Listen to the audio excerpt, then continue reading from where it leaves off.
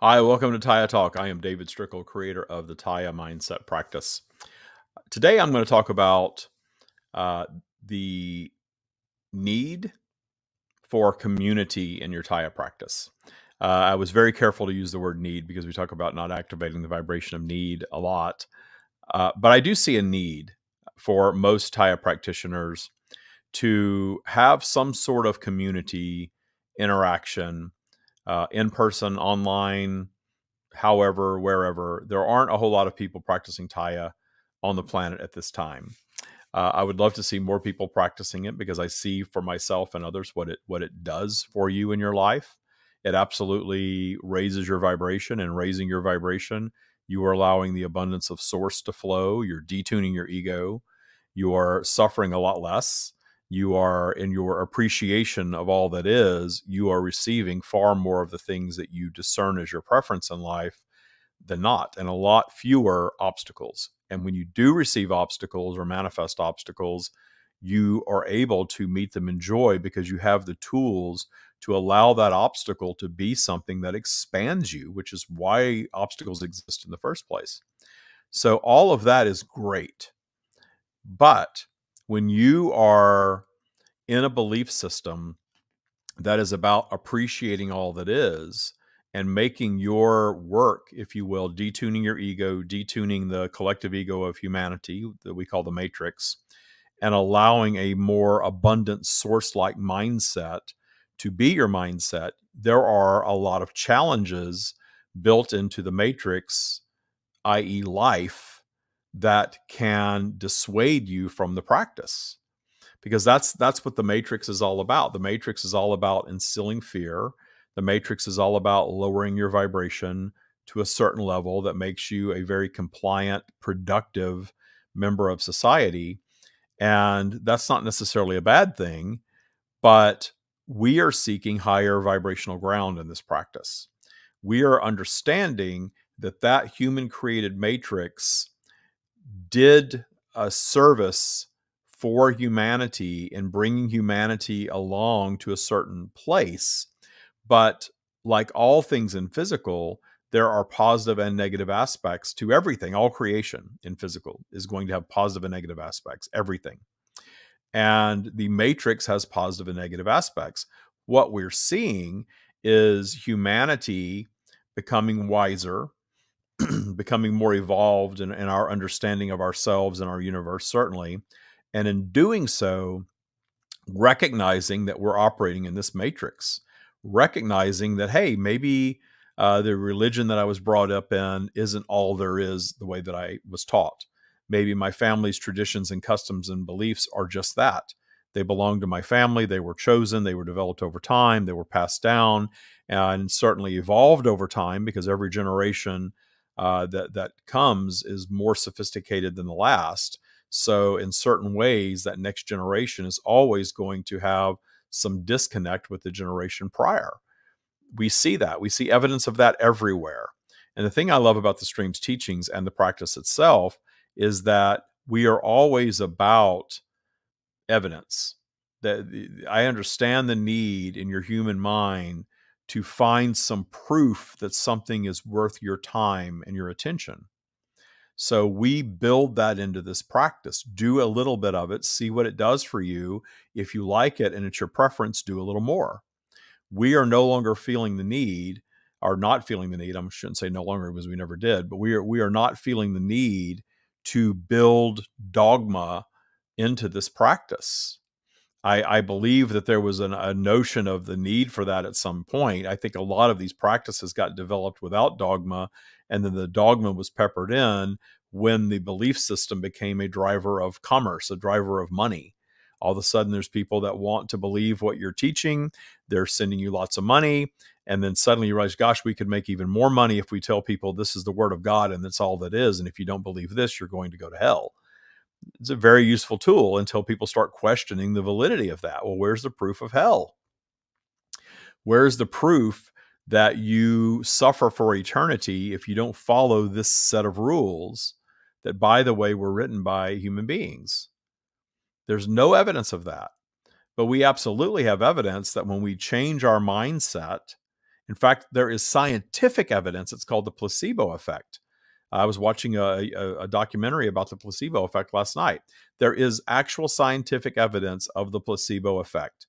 The placebo effect meaning that you manifest what you believe.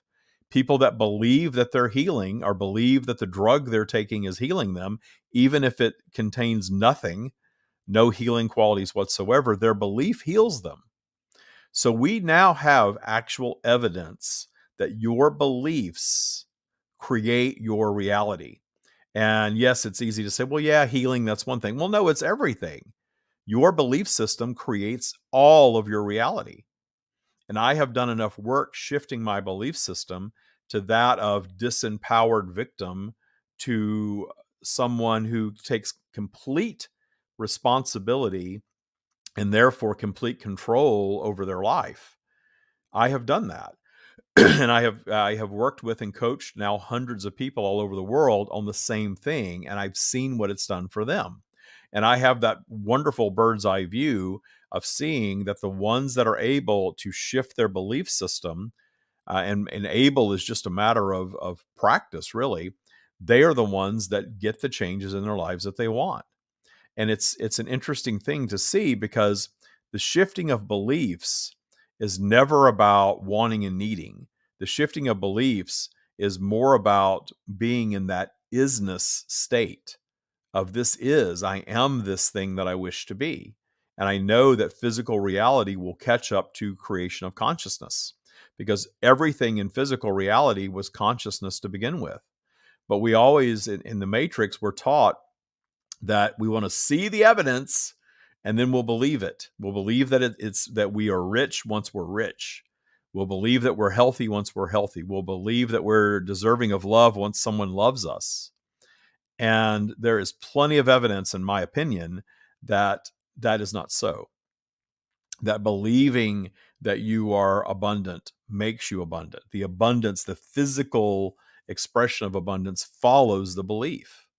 The physical expression of health, as evidenced in the placebo studies, follows the belief.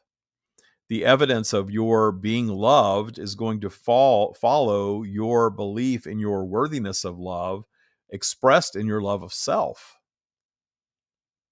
So the concept of taking these beliefs and going out into the matrix and going it alone and making this your belief system, I absolutely believe that you can do that.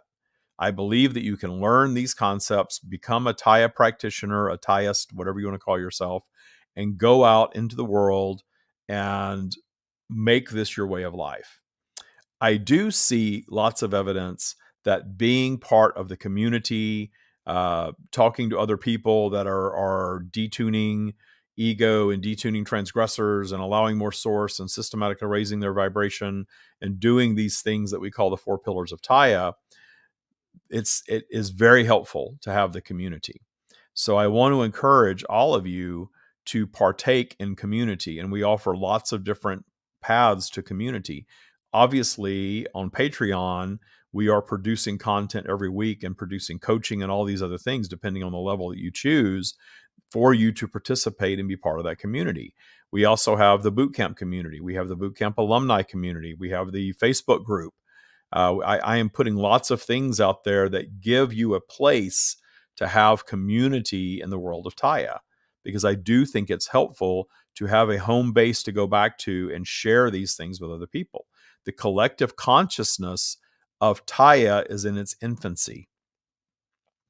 It's, a couple hundred people all over the world. That's great. But it's not thousands. It's not millions. I would love to see it grow to that. But right now it's in its infancy. We're like a seedling of this practice. And collectively, what are we doing with it? Are we working on our skills, getting better and better and better at it all the time? Are we continually doing the practice? Are we detuning every day? When something pops up, are we shifting our focus to appreciation of it? That's detuning. Are we mindful of where our vibration is so that we're not just sort of out banging around in physical, letting polarity have its way with us, if you will? We don't have to do that.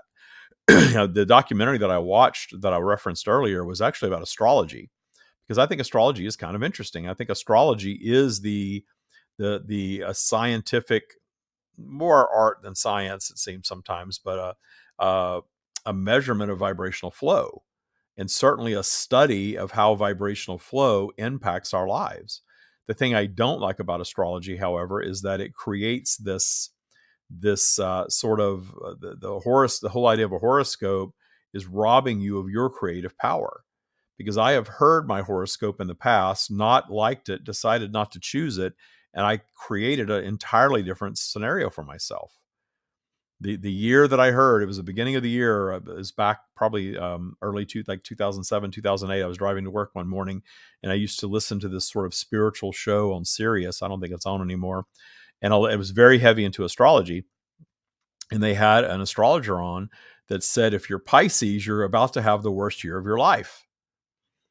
And I remember thinking, no, I'm not. And I turned it off, and I don't think I ever listened to that program again, because I understand my mind over matter, that some astrologer telling me that I'm going to have a bad year via the power of expression, suggestion, that if I'm going to give my power to that, then I probably will. But I knew that I didn't have to choose that. And I did not have a bad year at all. I had a fantastic year, because I am in charge of my reality, not the way that the planets are in alignment. Now, the planets being in alignment in a certain way may create a vibration for me, or a vibrational flow for me. For sure, I definitely believe that. I believe that we have common characteristics. There's a lot of truisms built into all of that stuff, but I do believe that there is some merit to it. But as far as somebody taking your chart and predicting what your life's going to be, they are completely ignoring the fact that that vibrational flow that we speak of, that creates astrology, that is astrology, your reaction to it is what creates your reality, not the vibration itself. Now, yes, there's lots of people that are out there functioning, just reacting all day long to the vibrational flow. And it's a combination of what the polarity or the energy of the environment is creating for you, and how you are reacting to it based on your triggers and your memories and all of these things that you've experienced so far in life. But we all know that we're all different. We all react to things differently. And one person can grow up in a household and say that it was a toxic environment and it was terrible. It was the worst place ever, and the parents were just awful. And the sibling that's a year or two apart can have a completely different opinion. Same experience, essentially, but they reacted to it individually, because they are indeed individual strands of consciousness manifested in physical vehicles, having different experiences in the same vibration. So we all do that. So the need for community, or the desire for community in this practice, I think is a valuable component of it. It's not a pillar of the practice, because we did not want to create anything where you are dependent upon anything external from yourself. You can be locked away in a cell somewhere, completely cut off from the world, and practice Tya. Absolutely. Where is my vibration? What am I believing? How am I choosing to experience this moment? Am I in high vibration, or am I in something less than source connection? And what is my intention? My intention is to get out of the cell, probably. But what is my intention? You can hold those thoughts no matter what is happening to you in physical. You could be shackled and hold those thoughts. That's how powerful the practice is. And mindset is everything. Mindset is everything. And I have encountered people going through boot camp who were metaphorically shackled to scenarios, serious scenarios, criminal scenarios, that they believe they were shackled to indefinitely, if not for life. And I have witnessed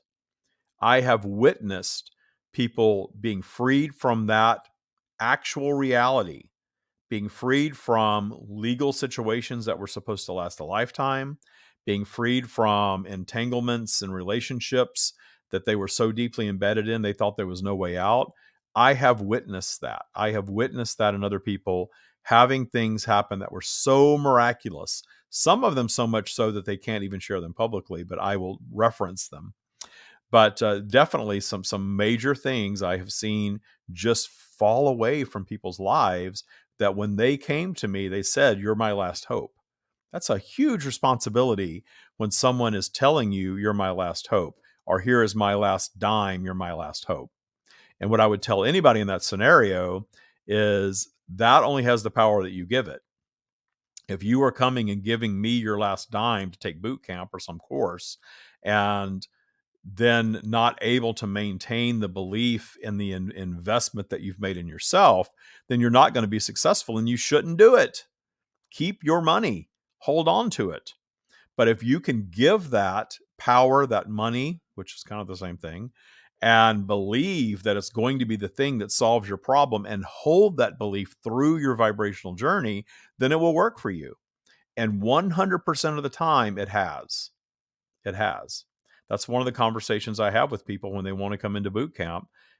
If you're spending the money, some people don't care. They're already there. They're okay with it. Others, it's a big deal for them. It is their last dime. I would never want someone to spend their last dime on anything and not give it the power. Because if you're doing that and you're demonizing, you're setting yourself up to fail. And I am not about enrolling anybody in any program and setting them up to fail. You can look at our Trustpilot reviews, you can look at our testimonials, and you'll see that I do not do that. Unless you believe that you can come in and give this practice the power, then I would not suggest that you invest money into it and not invest a whole lot of time into it until you bring yourself to that belief. Because if you're in here just kind of testing it and dipping your toe in and then doing 10 other things, hoping something sticks, it's probably not going to work out very well, because this is all about you giving it the power. It is a chosen belief system. And since it's a chosen belief system and we're not building in dogma and consequences and, oh, you're going to burn in hell if you don't do this, the community aspect becomes very important for support, because you're going to be challenged by it. You're going to have challenges as you move through this process. One of the things, I don't think I saw it in this. There's something else I was viewing yesterday that talked about belief systems and how you graduate through belief systems. And it was actually bringing appreciation to Christianity and to organized religion, saying that organized religion is a conduit to bigger things if you allow it to be. Now, some people choose organized religion and park themselves there for their life. And there's nothing wrong with that. But for a lot of people, they move through organized religion and then they move on to other things. I will tell you that my path, I don't think, was terribly uncommon. I was brought up in religion. I was brought up as a Methodist. I had a really good experience as a Methodist. I experienced some other religions as a teenager and did not enjoy those experiences and was really turned off by that. Ultimately walked away from religion altogether, got into spirituality. And when I got into spirituality, mainstream spirituality, I had an experience with that. And I definitely gained some knowledge from that. But ultimately, the concept of new earth, or the concept of utopia, that is so woven into what I call mainstream spirituality, that concept didn't really work for me, because I have always understood from what we call the stream that the negative things that cross our paths are our manifestation for the purpose of expansion. So I got into really deep thought about, well, what would that look like? I know that the concept of utopia sells books and seminars, and people love listening to somebody that's teaching nothing but love and expansion, and we're going to give birth to this new Mother Earth where we're all going to get along. In reality, that would to have that happen, you would have to get every being on the same vibrational frequency. That's the only way. Because if there's even a fraction of a degree of difference in vibration, you're going to have discord. I believe all these things, and then you come along and say you believe those things, and ultimately if we're not agreeing, there's not always going to be harmony. There's going to be some sort of disharmony and even the least amount of disagreement. Well, that's all it takes to start the vibration of disharmony rolling, and then it builds momentum. And as we well know, there can be massive disharmony and a massive gulf in belief systems. So that's the way physical is. That's not going to change. And the stream has been very, very clear that in order for us to achieve utopia, we all have to agree. We all have to dial into the exact same vibration, which means our soul would be here with the intention of having the exact same type of expansive experience. And the reason that our physical experiences are expansive is because they are experiences of chance, meaning they are not predetermined when we come here. The only thing predetermined is that we are here to expand. We're guaranteed expansion no matter what. We experience conception, and then we can experience miscarriage, and our soul never manifests out of the womb. That's an experience, and there's expansion available in that experience. Something as limited as that. You were conceived, you were miscarried, that's it. That was your entire physical journey. And of course, there were some things that happened in development, in the process of that. But still, that was the entire journey. Maybe 3-6 weeks of physical manifestation was the entire journey, and it ended. And your physical vehicle was returned to Earth, and your soul was returned to its completed state of being. There was expansive experience in that. Your soul completed its mission of receiving some type of expansive experience, period. But obviously, there is a whole range of soul intention in coming into physical. So a soul intention coming into physical, intending an expansive journey, might align with dire circumstances right off the bat, or might align with more ease, understanding that with more ease, there's still an opportunity for a soul to experience expansion, even in the easy path. And very often we see the ego stuck in an easy path create disruption for the experience of expansion. So once you come to understand that the soul is here loving it all, loving every aspect that we might label awful or wrong or should not be, loving it all, not seeing it the way that our matrix is teaching us to see it. Oh, you got sick as a child and you suffered. Oh, your parents abused you and you suffered. Oh, you had a lot of challenges physically and you suffered. Oh, you were born into poverty. You were born into war. You were born into genocide and you suffered. From the source perspective, that was an experience of expansion. From the human perspective, we discern preferences. Our preference is not that. Our preference certainly is not to suffer in most cases. Our preference certainly is not to be a victim of a Holocaust or locked in a concentration camp and tortured and murdered. Of course not. But we in this practice have moved ourselves through our journey to a level of understanding, and if you want to call it sophistication, it's okay, but a level of understanding that our soul desire and our ego are not always in harmony. And that discord between those two facets of us is a reflection of the polarity of our environment, but it's what creates that friction, if you will, that actually expands us. That separation from source is what our ego is all about. Discern preferences, no suffering, suffering bad, pleasure good, expansiveness and things wanted good, expansiveness and things unwanted bad. That's the matrix teaching us that.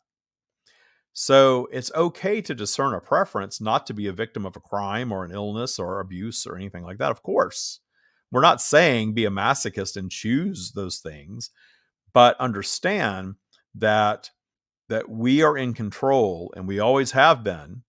And now we're gaining the tools to have more control, to have a more abundant life, a more joyful life, and certainly a life of clarity. The reason we talk about joy, clarity, and abundance is because there are three different things. Joy is just the joy of being. the joy of source, the appreciation of all that is. Clarity is the true understanding of our eternal nature. That's what the stream really took us to the leading edge of. That all the stuff that we think is bad, we are taught is bad in the matrix. That our ego can be a discerner of preference, but ultimately, source is not viewing any of it as bad. Therefore, our soul, as an expression of source, is not viewing any of it as bad or wrong or should not be. That's why unwanted things exist. That's why so many people question the concept of God. How can there be this loving, benevolent God that is our creator that sends us into this environment of contrast where people suffer? I heard Neil deGrasse Tyson on a video clip just the other day saying either there is no God, which I'm sure is probably his belief as a scientist, or that God is not what you think it is. I believe the latter. I believe that God is source and God is not what we think it is. God is love. God is the source of all creation. God is that expansive energy that ensures no matter how the earth environment gets damaged through storms or human creation, the nature of earth is always going to come back. That's a clear sign to me of what source is all about. Humanity can build a city, pave over, chop down every tree, pave over, all of the ground with concrete and maintain it and give attention to it and continue that manifestation's lifespan, if you will, or take its attention away, i.e., move away for some reason, leave the city to decay, and the earth environment will cause it to decay, and vegetation will grow back over it. And pretty soon it will be buried in the earth and something new will be on top of it. And we'll never even know that it existed unless we get the technology to dig down to it as we have. That source, that's abundance. That shows us the regenerative nature of physical because source is always delivering abundance. Of course, we may look at that and say, well, gosh, how are you abundant if you, as a physical being, you are allowing yourself to die or be destroyed in some way? But we're not. We're not. We're not understanding or accepting that this is a temporary physical vehicle. This expression of us, our ego tells us this is all that is, man. You are all that is. This is it. You're born, you live, and you die, and that's all you've got, and that's all there is. In this practice, we are accepting a belief that we are much more than this, that we are much more than this, that we're eternal beings. Most of us, I believe, have some awareness of this, that we are more than just this, that the universe is vast and we are part of that and we're products of that, and we are here temporarily. Just like vegetation has a lifespan. It sprouts from a seed, it grows, it expands, it responds to its environment, light, water, nutrients, and either it dies of old age, which happens, or more than likely it dies because of something else. Something eats it, something, or the storm comes through and damages it, and then that physical plant becomes fertilizer for more plants. It's returned to the earth environment. It is a new product of the earth environment that is a physical expression of expansion, period. The energetic expression of expansion is our consciousness. And that expansion is made more sophisticated in the physical experience that we're in. And one of the reasons I believe that, and again, I need evidence as much as anybody does. My evidence is how we are becoming more sophisticated beings as linear time goes by. We are more sophisticated beings now than people that lived hundreds of years ago. Not necessarily smarter in every way, and certainly not every person at the same level.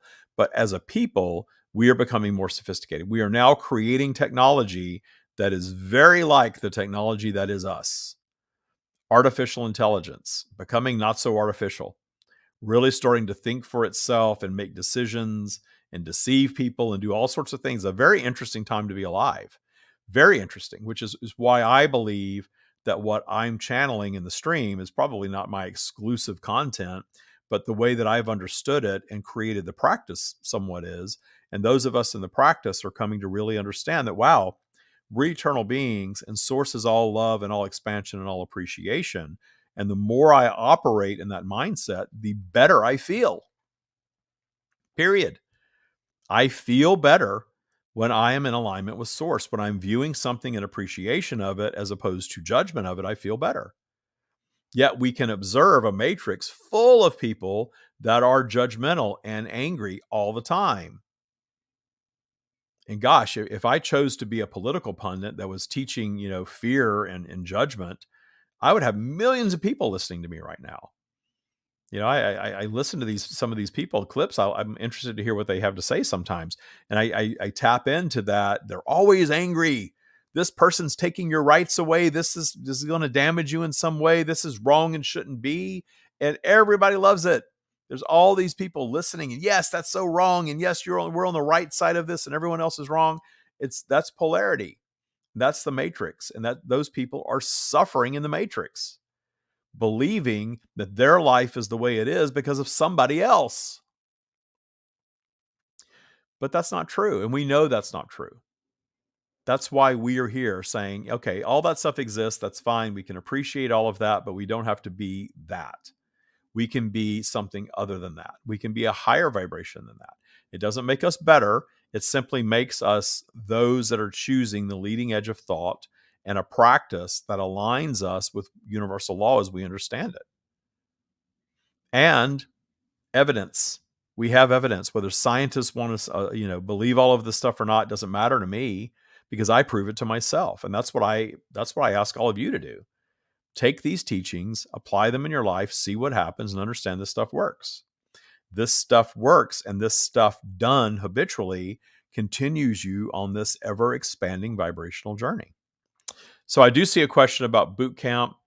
Since the change in the program, how long is the average amount of time for the experience? The average amount of time for boot camp, I would have to go do some math to tell you what that is. I have had people go through 3-4 months. I would say it ranges from 3 to 6 months. Most people are graduating now in 6 months or less. I don't see anyone really go through it in less than 3 months. It's not really designed for that. So 3 to 6 months would be my best answer for this right now, without actually going and measuring and doing some math that I'm probably not going to do. And it's individual. It's individual.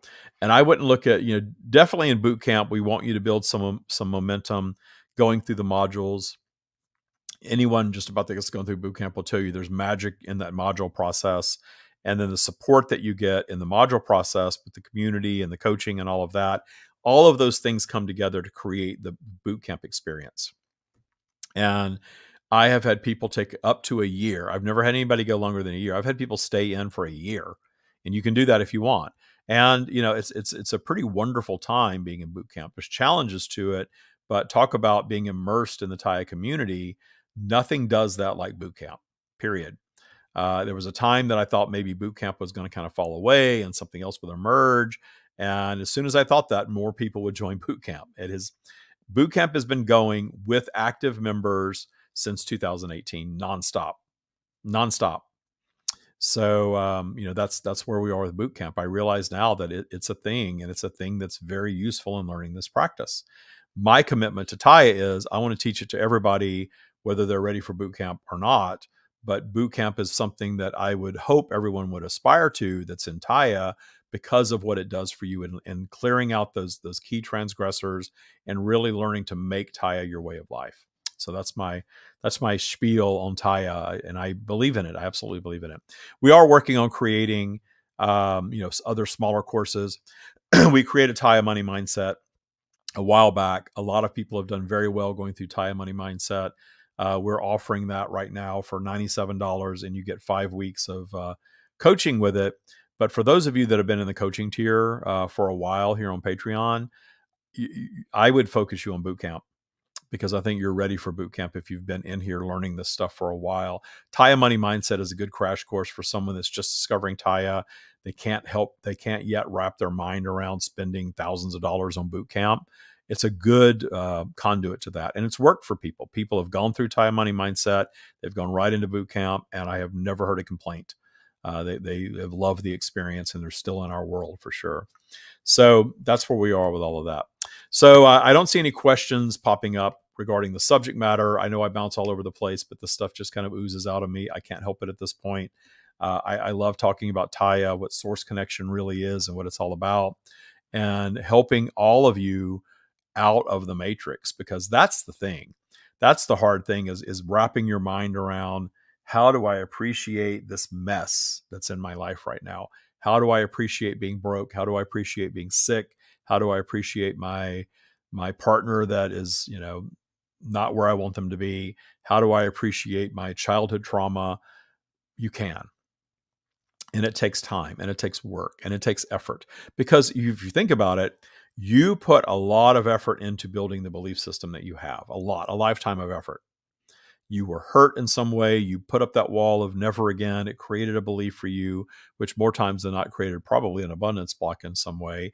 You suffered, and the matrix is telling you that that's wrong and you shouldn't be experiencing that, which isn't true, but you believed it because it's what we're taught in the matrix.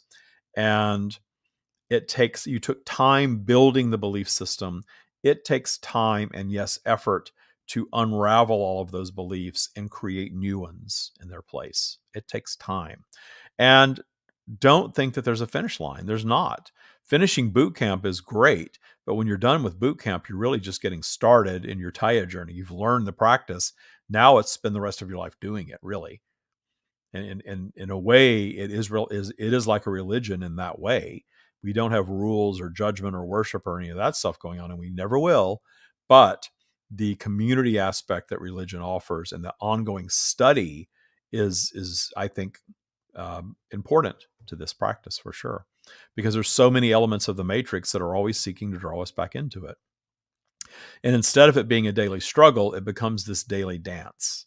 And it does get to be a lot of fun to say, oh, that's the matrix. Oh, that's my ego doing that. I don't have to listen to that anymore. I've got other tools now. And life gets really, really good when you do that. Thank you all so much for watching. Cheryl, it's always good to see you on live. Hope to see you in boot camp soon, because I know you're ready. And I will see you tomorrow. We have Tya Teachings. I'm trying to get the times right in my head of all these new shows. Wednesday afternoons now. I believe it's at 4 o'clock. We do Tya, or 5 o'clock. 5 o'clock Pacific, we do Tya Teachings. So be sure to tune in live for Tya Teachings. We're also sharing that out onto social media just to share this with more people. That's not a Patreon exclusive. But Thursday, we will be back every week now with Claim Your Power Hour, which is a Patreon live stream tier exclusive. So just to kind of clarify what we're doing every week, we're doing 3 lives a week now on video, plus the podcast, and we are looking to add a second podcast because I need to be busier, I guess. So thank you all for watching and being part of our community. Bye.